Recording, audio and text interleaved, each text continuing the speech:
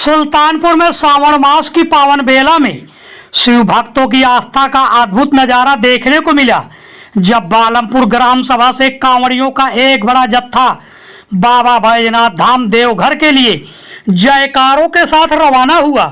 बोल बम हर हर महादेव और बम बम भोले के गगनभेदी नारों से वातावरण भक्तिमय हो गया। श्रद्धालुओं का यह जत्था उत्साह और श्रद्धा के साथ शिव धाम की यात्रा पर निकला है।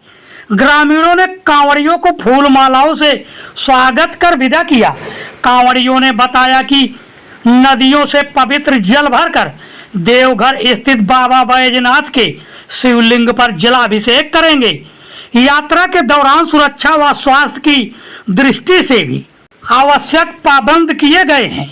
स्थानीय प्रशासन और ग्रामवासी इस पुण्य यात्रा में कांवड़ियों को हर संभव सहयोग प्रदान कर रहे हैं। श्रद्धा, भक्ति और समर्पण की इस मिसाल ने श्रावण माह की महत्ता को और भी दिव्य बना दिया। हम लोग हर वर्ष जो है लगभग 7-8 साल से यहाँ से जब कांवड़ यात्रा निकलती है तो इस कांवड़ यात्रा में हम लोग सभी भोले बाबा के जितने दर्शनार्थी हैं उनको विदा करने यहाँ से हम लोग रवाना करने आते हैं। आपका क्या नाम है और ये कांवड़ यात्रा कहाँ से निकल रही है, कुछ आप डिटेल बताइए। संतोष, अपने बारे में थोड़ा परिचय दें। हमारा नाम संतोष यादव है। हम समाजवादी पार्टी की प्रदेश सचिव युवा जनसभा, और हर वर्ष हम लोग कांवड़ यात्रा में बढ़ चढ़ कर कांवड़ यात्रियों का सहयोग करते हैं और उनको जो हो सकता है कुछ न कुछ कांवड़ यात्रा में सहयोग करते हैं। उसके बाद जो भंडारा होता है उसमें सहयोग करते हैं।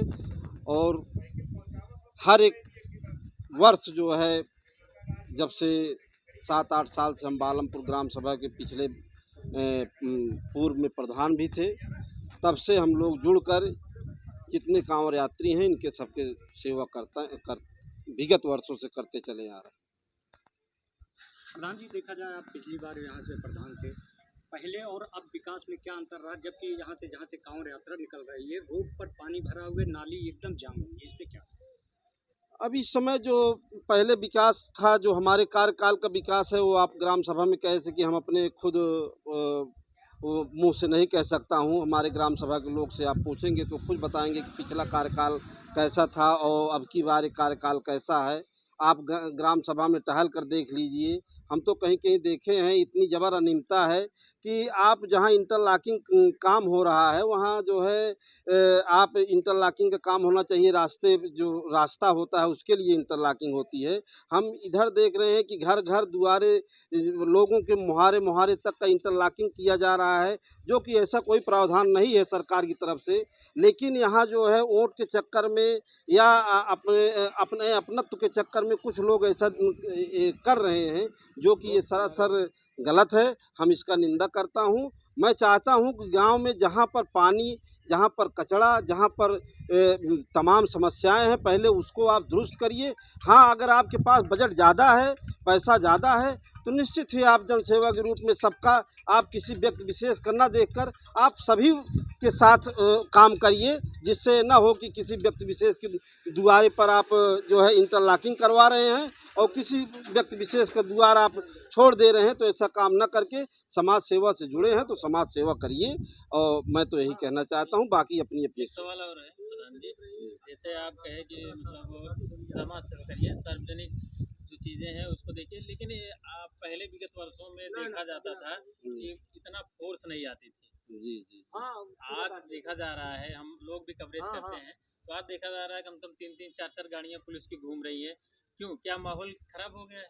बिल्कुल माहौल खराब हो गया है। इसमें कुछ अराजक तत्व जो है इस तरीका लगे हुए हैं कि उनका हरदम यही ध्येय रहता है कि ग्राम सभा में किसी न किसी प्रकार का धार्मिक उन्माद कराया जाए। लेकिन ग्राम सभा के हमारे सभी ग्रामवासी काफ़ी समझदार हैं, जिसके कारण लगभग 5 साल अभी तक तो लगभग देखने को मिल रहा है कि ग्राम सभा में ऐसा कोई उन्माद नहीं हो पाया।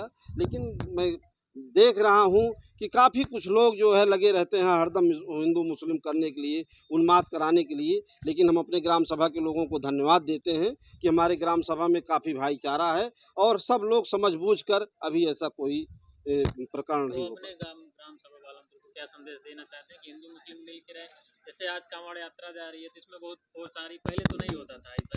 और ताजिया अभी 1 महीने 10 दिन 15 दिन पहले गया, उसमें भी पूरी फोर्स आई थी। पहले ये भी नहीं होता था कि फोर्स पूरी आ जाए।